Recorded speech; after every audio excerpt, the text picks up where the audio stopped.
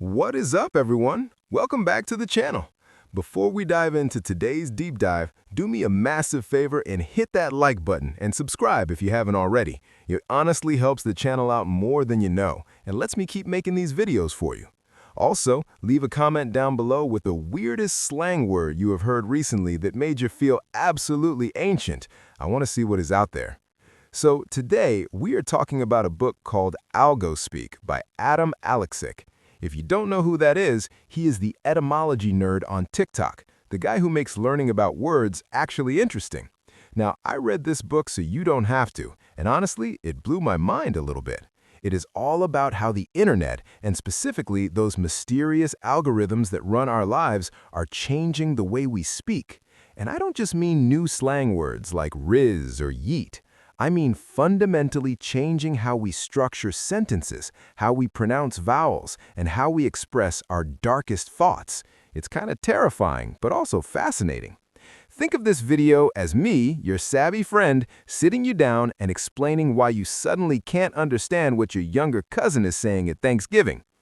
Let's start with the big concept here, which is the title of the book, Algospeak. What is it? Basically, it is the art of saying something without actually saying it so the robot overlords don't ban you.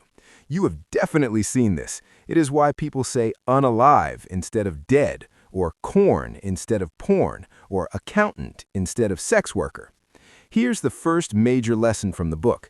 The algorithm is basically a strict librarian with a really bad hearing aid. It is scanning everything you post for bad words, but it doesn't understand context. So if you're trying to talk about a serious news story involving a crime and you use the actual legal terms, the algorithm sees those red flag words and throws your video in the trash. It suppresses it so no one sees it. To get around this, we have all collectively invented a code language. Aleksic compares this to when you were a kid and you tried to swear in front of your parents by saying fudge or shoot.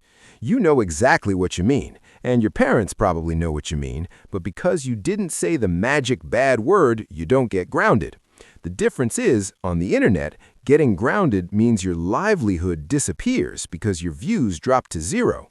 So we have all become masters of euphemism. We're bending language into pretzels just to keep the robot happy.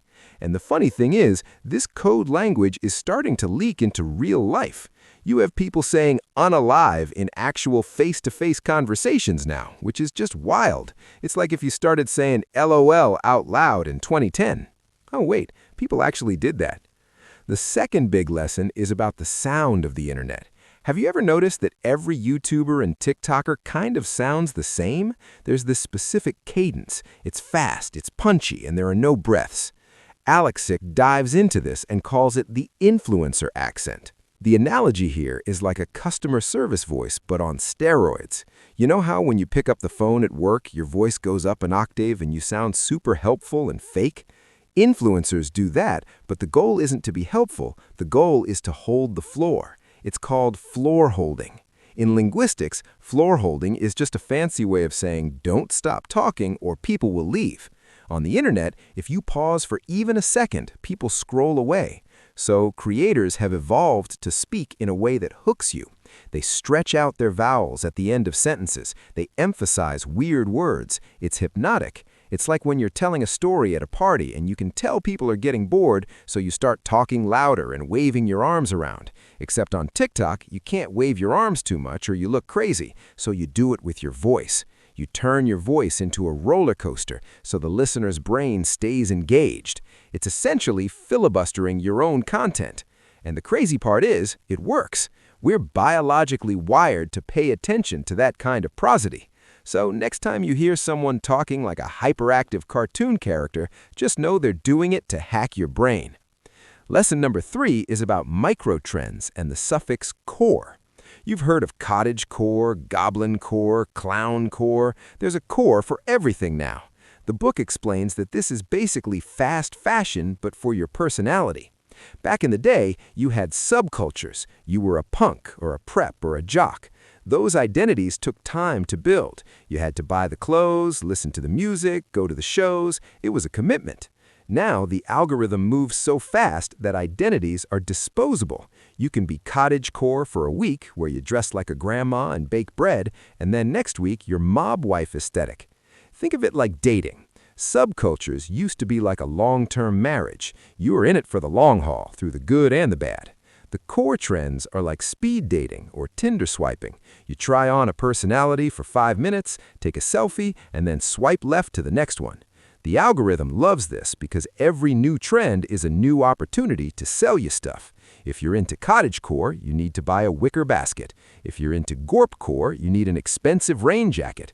It's identity commodification at the speed of light. And the language reflects that. We label everything instantly so the algorithm can sort us into neat little marketing boxes.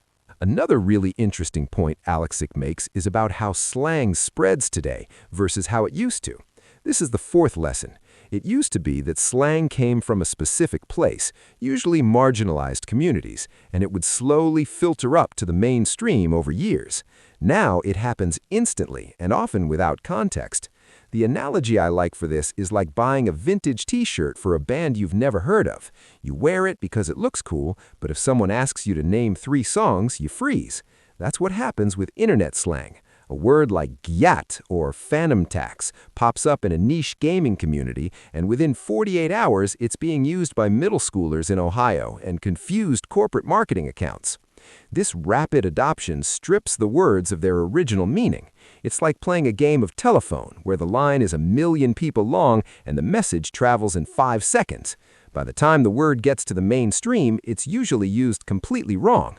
The book talks about how this can be really harmful, especially when the slang comes from AAVE, or African American Vernacular English, or the LGBTQ community. The words get colonized by the algorithm and turned into engagement bait. It's cultural appropriation on autopilot. Let's talk about the 5th lesson, which is maybe the most philosophical one. Is the internet ruining English? You hear this all the time. People say kids these days can't speak properly, or emojis are making us dumb. Aleksic argues the opposite. He says the internet is actually making us incredibly creative. Think about it. We're dealing with character limits, censorship rules, and an audience that has the attention span of a goldfish. To communicate effectively in that environment, you have to be a linguistic genius. You have to invent new words, double meanings, and visual puns. Using the skull emoji to mean "I'm dying of laughter" is a stroke of genius. It's efficient. The analogy here is like parkour. Standard English is like walking on the sidewalk. It's safe, it's predictable, it gets you there. Internet language, or Algospeak, is like parkour. You're jumping off walls, sliding under railings, and doing backflips.